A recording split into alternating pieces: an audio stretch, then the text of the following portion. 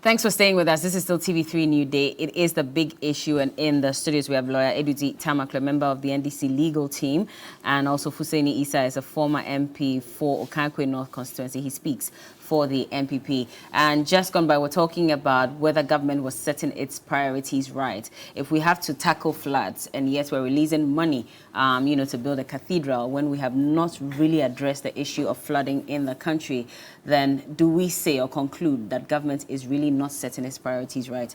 Hussein Issa, what do you say? Bella, short of turning this whole drainage and required investment to resolve the problem into another cathedral argument, I'll just mention to your viewers that in the early 90s, probably it started in the late 80s, we built a monument in Accra. By then, we used to call it a Pink Lady. I don't know how many people recollect what the Pink Lady is. It's actually the Accra International Conference Center. At the time, in 1990, when we were building the Pink Lady, it was because Ghana was going to host the non-aligned movement conference for the first time or so. I mean, it was. I don't know about the existence of that movement again, but it was something that Ghana was actually very active in because of the role our first president had played in the Cold War. At the time, it became as topical as today's cathedral. And people like myself, as young as we were even at the time, found some arguments to why we shouldn't invest in such an infrastructure. Today, it's turned out to be a national monument, but for the Accra International Conference Center, I tell you, a lot of international events that we hold in Ghana today, we couldn't have done it. And not just the Pink Lady. Today we have a hotel like Kempinski, Movenpick, for people who watch arrivals and activity within the bracket of either conferences or international arrivals here for tourists. We'll tell you that Accra today still needs significant number of hotel rooms. But that was not a personal promise that a president had made to God. I am building a point. Okay. Where Kempinski is, we used to have the Accra race hall, right? Well, we really, because we needed some of this, we had to relocate the race hall, which actually led to the death of horse racing around here, and it's a price that we have had to pay to be able to bring to Accra to where we are. And I'm glad that you also mentioned the fact that tourist arrivals are going up, and we need to diversify our offering when it comes to tourism activity around here. And some of these things, we are not saying that overnight the cathedral is going to generate so much money to pay off. No, it's over by time. And when you mention the Basilica in Yamoussoukro and all of that, it also depends on how it's been marketed. And so it is not a matter of because every coast has a basilica that they have not been able to market to that extent. So we are also not going to be able to do. Look, people travel to Scotland just to see these forts and all of that. And so I beg to differ. Look, at 1990, when we're building or putting up the Pink Lady, I'm sure that maternal deaths were still an issue. Medication was still an issue. I mean, we still had a lot of, I'm sure drainage and flooding was still an issue in 1990. But that's why we are where we are today, because we never seem to solve or resolve the main problems. And we rather churn out money and invest in something else. That should not preclude us from doing investments in monuments like that. I am sure that at the time the Osu Castle or the Elimina Castle or all those forts were built, there were still issues that we could have. But those were colonial relics. They were not built without taxes. And so we're talking about taxes going into something that we're told was a personal promise. Blame the colonialists for building an economy that fitted the exploitation of raw materials from this. I mean, but it was also their priority at the time. I'm saying that what I'm driving at is that yes, we have issues. we will be resolving our issues. But alongside, we need to also make some investment in our future, and that's what this is about. Have we given a breakdown of how much that that 450 million Ghana cedis that we've invested in addressing floods? Because I remember that when the housing minister mentioned this, Honorable Kwame Agboja did come out and say that, give us a breakdown of the achievements of that 450 million Ghana cedis that you've invested, so that we understand why we should even move forward in terms of investing more money into addressing floods, and whether you have really done the work or not. And that shouldn't be an issue. Why shouldn't it? It shouldn't be an issue because Honorable Agboja, who you mentioned, is a member of parliament, and he has tools at his disposal that he can use to be able to extract this information. So wherein lies, the minister did mention the drains that has been done. I mean, annually we do dredging and all of that. Honorable Agboja knows what to do and where to get that information. But the regular Ghanaian, and I am sure that he is a rep of the people in his constituency, and by extension, the people of Ghana. So if he uses those tools, all that information will be available to all of us. But so if it had been worthwhile, I don't think that would have seen the minister now touring places that had been flooded again, to remind us that we had invested 450 million Ghana cedis in addressing the floods. We have all made a point that, and that we agree that this issue of drains and flooding has become an annual ritual. And so when it happens, as a government, as a minister in charge of a sector that should be resolving, it's very important that he goes on sites to actually have first-hand information and be able to feed this into subsequent planning and subsequent works that needs to be done. And so there's nothing wrong with the minister showing up at places where some of this things it happens. What we need to do is to, like he said yesterday at the press meeting, that we need a holistic look at this whole thing, and this is how much investment we need. We can, as a nation, we have started the discussion, but we could interrogate what goes into the set of priorities and be able to resolve this issue once and for all. I want us to move on to another topic. I know that you wanted to touch on this briefly. Okay. 30 seconds. You see, if you look at Luke chapter 14, verse 28, it provides a very important scenario on building. And it says that whoever sets out to build without first knowing how much it will cost the person, among other things. Today, if you ask the proponents of the National Cathedral, for instance, that how much of taxpayers' money will be required for the construction, they are unable to tell us. Two, and I've made this point, this whole business of tourism. Look, if you look at the Notre Dame that recently got burned, Ali, there's a history. It started in 1163. It took 183 years to build. You know, you can associate something with it. I am saying, if you are saying that, quote unquote, a white person or a Frenchman will leave France and come to Ghana to watch your cathedral, then you should be giving him something more than the Notre Dame. These are part of the conversation. That is how you carry people along. But where, as and when you generate new conversation, new narrative, then you are not carrying people along. See, and what we are failing to realize is that the Notre Dame that you are speaking to, with all that rich history, at a point Notre Dame was a year old. No, but at that time the conversation was that in France at that time it was a monarchy. Remember, it was a monarchy. One person at a time, please. No, it was a monarchy. It was a monarchy. King Louis, when he decided to build it, it was a monarchy. We are not practicing a monarchy here.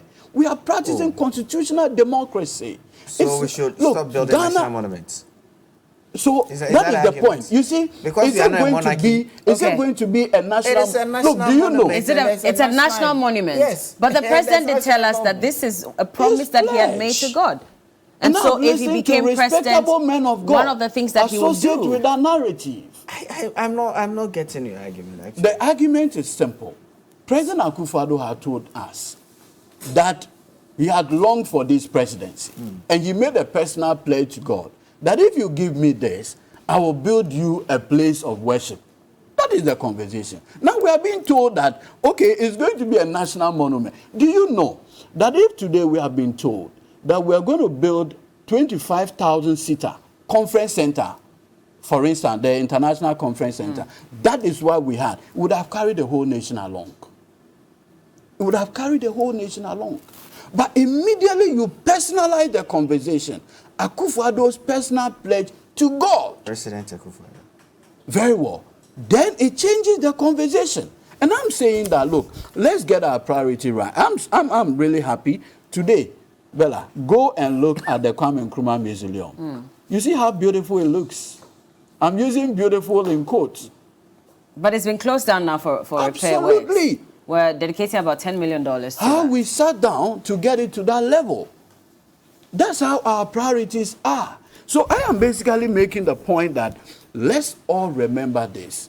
We have competing needs. I'm surprised that my friend made the point that at the time that Pink Lady or something was built, there were problems and others. Look, with the greatest respect, Honorable, you and I today, we are paying 97 pesos for school feeding. Which is what I was coming to as well. So I'm glad that you raised it, because yesterday there was a report that came from Bole in the northern region where we're told that school attendance had reduced as a result of the fact that children are not getting food, in school. And we all know that the caterers have been on strike since the 17th of May. At the point they came back and said, well, we're going to continue cooking, but they got in touch with government, and government said, we're going to pay you only 12 days out of the 68 days that we owe you, so you can continue to cook for these children. They rejected this and, have massed up at the Obra Sport and Circle, rejecting that offer from government. Now we're told that fewer children are attending school because there's no food to eat. Let's take a look at Chris's report on this. Program in this school, St. Kizito's Primary A, in 2021, the school had a population of 407 pupils. Now, after the introduction of the school feeding program in this school, enrollment increased from 407 to 515. However, since the caterers went on strike, enrollment has declined from 515 to 307. Some of the pupils shared their frustrations with the news team. Most of us come to school, no bring money to school, because the school feeding.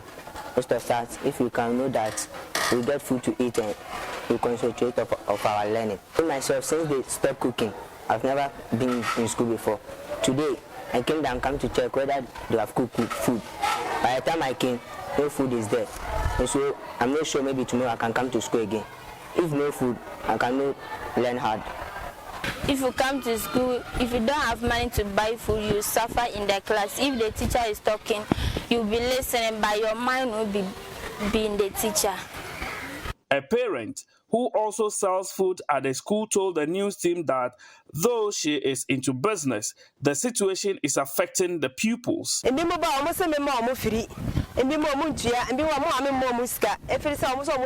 parents don't give them money to school. Some want it for free. Some don't also pay. We plead with government to intervene. Meanwhile, the caterers have rejected a 12 days payment proposed by the Gender Ministry.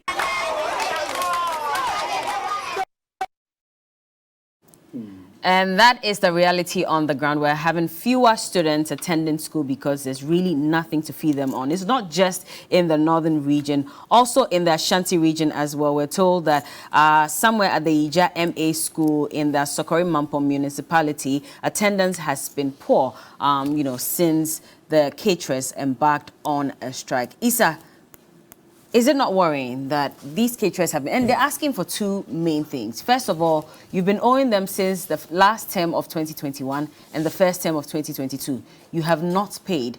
Now, they're saying that aside that, the prices of food items on the markets have also gone up. And so if you're feeding a student with 97 pesos, that is woefully inadequate. Increase it to 3 cedis so that we can give them very quality meals, because that also affects their cognitive capabilities and the ability to also study in school. That has fallen on deaf ears. The ministry says that we can only pay you for 12 days out of the 68 days. Caterers said that won't happen. You either pay us all the money or we don't return to the school to cook for these kids. Now we're seeing the effects on attendance. Is that not worrying? Bella, we're still not in a very normal times. We have seen inflation, particularly food inflation, go to levels that requires us to give some immediate attention to. But the issue of the school caterers, I last week I did hear other platforms that payment has been affected. So I'm still not too sure what we are talking about with outstanding fees given the demands of the caterers to be paid 3 cedis per child per day for feeding. I think that this should be looked at, because you see the initial whole thinking around the school feeding program is also to be able to use local inputs, being it food staff, being it labor, and all of that. And you see that the price of 97 pesos that they are being paid, it is not based on the fact that you are going to feed just one child or you're going to the market with 97 pesos. It is based on the fact that you are going to do bulk procurement and all of that. When you break it down, then it comes to about 97 pesos, like we're saying. And so for them to demand a jump from 97 pesos mid-year, like where we find ourselves today, it's going to be very challenging. I am sure that their engagement is still happening, and I'm looking forward to a resolution to this impasse or this challenge as soon as practicable. But you see, when we talk about school attendance and the fact that the feeding program is affected attendance, it is true, because I have read elsewhere that for every intervention that improves attendance, it actually has an ultimate on the whole economy.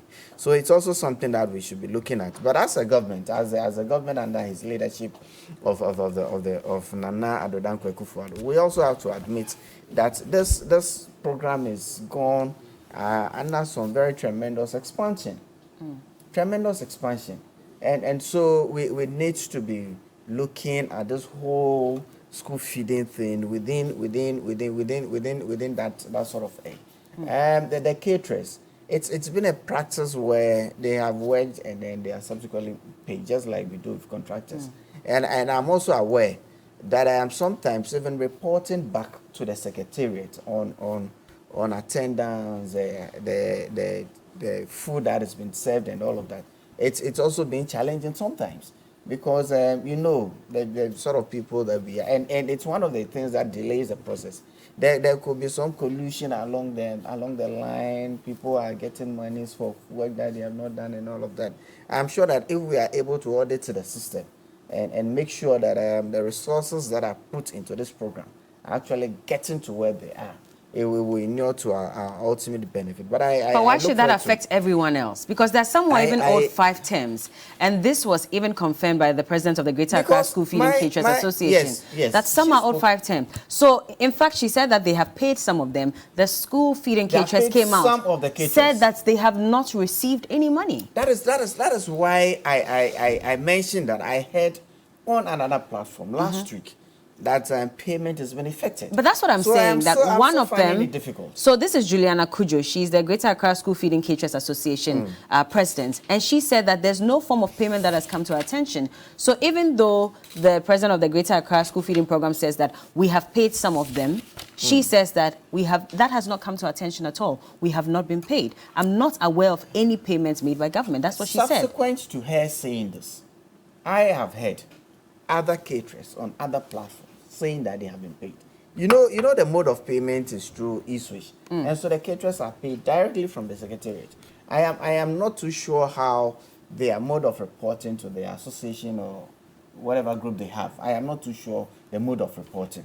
But whatever it is, whatever the outstanding issues are, I look forward to it being resolved by the secretariat and the ministry and the caterers, so we don't have this issue of enrollment challenges and all of that.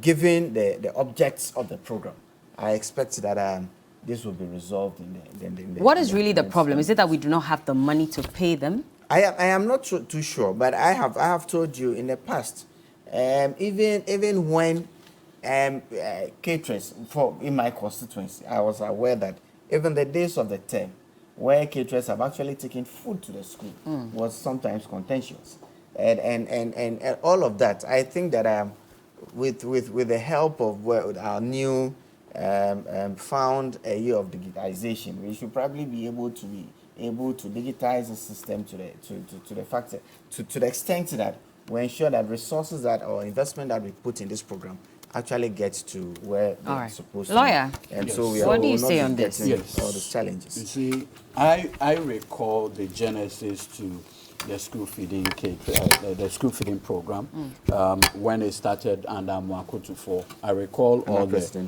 under President Kufuor. Yes, and then we basically continue with the program, and it's been continued. The association, by way of enrollment numbers, cannot be downplayed. Remember that we have an FQIP, the Free Compulsory Basic Universal Basic Education Program running. And so it has always been the conversation to get as many young people enrolled in school. And this was one of the interventions that is helping. I have listened to Madam Juliana Kujo as well. And when I listened to her, I got worried. Because you see, the bulk of the women caterers of school feeding are principally women organizers of political parties. And here is MPP. Now, and you see, this we don't have any from the NDC at all? When the new administration came, they basically put them aside. So that means that under the NDC, yes. Oh, no, I'm not you made all the heads, you know, the women organizers. No, the for caterers. the NDC. The women organizers were caterers as well. Okay. Yeah, I'm even getting feedback that the caterers have actually been paid, except those in Greater Accra. Okay. And so this person who spoke was actually the president of the Greater Accra School Feeding Caterers Association. Certainly, this person is not someone you say is doing mischief against the government. They are raising very genuine concerns. Look, how in God's name? I mean, myself and Isaiah, we are politicians. The whole idea that we are voting 97 pesos, not even a cedi, for the purposes of feeding a child a day is dehumanizing.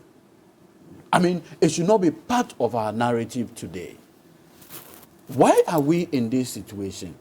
Anytime this issue comes, government says that, look, we are cash-strapped. The economy is tight. Everything.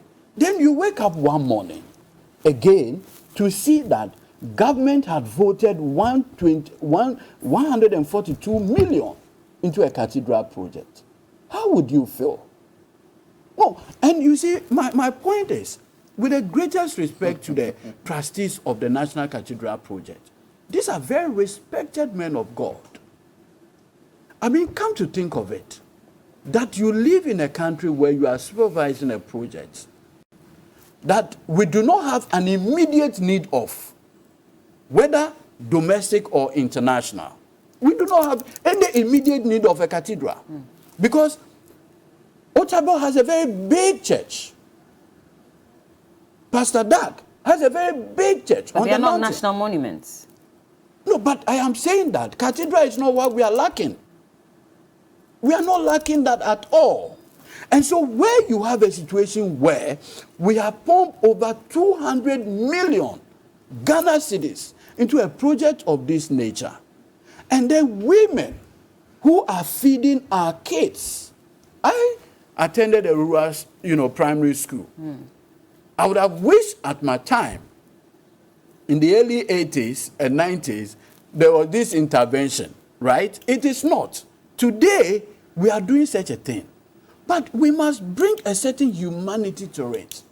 How in God's name? You're a woman. You go to market. Bella, if you have to budget to prepare food with 97 pesos, how are you going to do that if you are not a magician? And you have a situation where there are arrears associated with this. These men of God who are associated with this cathedral project, with the greatest respect, which one of them can justify the use of public funds at the time where the women who prepare food for our kids have not had payments. And our finance minister says that, you know, spirituality. I mean, let's be honest here. We've gone past the situation where we'll be dovetailing matters of this nature. And you know, the painful part is this. Some of these payments done under this cathedral project even offend the laws of our country. I am bringing all of these things together to demonstrate that when you have a situation where you claim there is food inflation, there is this, petrol prices are increasing, everything is going up, then citizens wake up one morning to see that one individual, you pay the person in March, 32 million for consultancy job. My brother here understands consultancy. This is the only time in construction that I've seen that even when the project is at foundation level, the consultants get paid 32 million. I've never seen it before. I've never. Because what the consultants do is that as and when they generate reports, you know, payment vouchers and others, they get paid as the project continues. But hold on, please. But was he offering a certain kind of service, which is why? No, they said, in fact, if you look at the narrative attached to the payment, it says consultancy, but they haven't given a breakdown of exactly. Not just consultancy. Hold on, I mean, bring out the document. Shouldn't there be a breakdown? It is not just consultancy. Bring out the document. What are the? Oh, I am saying he knows it. No, but you are saying that it's not just consultancy. So what else was he offering? Consultancy. What I have seen, when you say consultancy for a project like what we are trying to do, it entails quite a number of things, including selection of contractors. It's a whole process. The design, architectural design, and all. It's a whole range of services. So consultants, bottom line. Yes, the fact that they are consultants. They are offering so did it include a the design? Did it include the design for the cathedral and all of that? Architectural drawings, selection of contractors, and it's very. So for you to say that you have not seen or never seen somebody being paid that magnitude for a project. No, have you? But even at the time he was paid that money, was he qualified? For the kind of work that he was according to the Architect Act in Ghana? He was just inducted less than a month. We keep bringing this matter without being of whether or called not to the bar in Ghana, be employed and paid by the government of Ghana for legal services? But there are international legal firms who offer legal services to Ghana. No, they do that outside. Just 30 seconds each. Hold on. What is the problem? 30 seconds. You see, Bella, I strongly believe that it's a simple question of getting our priority right. And I make this point because, you see, where there had been statutory infractions, demonstrable, where the people representing Parliament are not informed about some of these disbursements, it shows a certain, level of impunity. And our finance minister has couched this dubious distinction where he does what pleases him with the finances of this republic. He came out to explain why we needed this, these are by the way. post facto rationalization. Let Fuseni also come in so we can wrap up. 30 seconds. I still think that as a nation, we are still developing. We are building a nation. And in building a nation, much as we need to take care of our very pressing day-to-day issues, we need to also invest in our future. And we have looked at the Ghanaian economy, and we think that tourism is one of the frontiers that we are going to use to be able to generate the so much touted needed revenues to be able to build the economy. Okay. And that is where we are going. Before I end, but even at the expense of children being fed in school, would you prioritize tourism when the children in school are not being fed? It is not at the expense. Before I go. Oh, happy birthday, Victor Kwashi. Happy birthday. Thank you so much for watching TV3Newday. Bettiano Donko families of Apenkwa. Over the weekend, that's my maternal family. We celebrated the 130th year of the inception of the Presbyterian Church within Apenkwa. Congratulations. And it was such a beautiful, my family members want me. Well, Fuseni Issa is a former MP of the Kwankwe North constituency, and lawyer Edudi Tamaklo is a member of the legal team for the NDC. Later, we have a big one coming your way, an exclusive that Johnny Hughes will be having, and it is with engineer Kwabna Ejay Ajipong. He is, yes, the press secretary to the president of Ghana. He was, by the way, between 2001 and 2006, and former general secretary of the NPP. Remember the whole controversy surrounding his position and how he was let go, and eventually the president invited him back into the party. So we'll talk about that when we get back. Keep watching. This is TV3 New Day.